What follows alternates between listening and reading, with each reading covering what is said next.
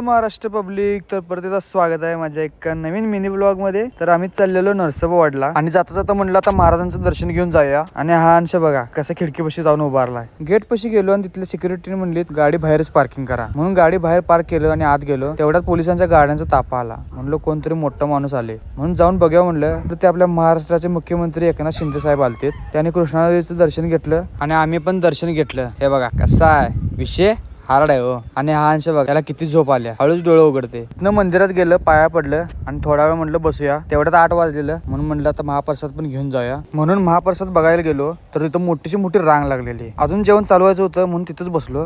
तर हा अंश लगेच तिथे खेळायला चालू केला. ह्याची झोप झालती.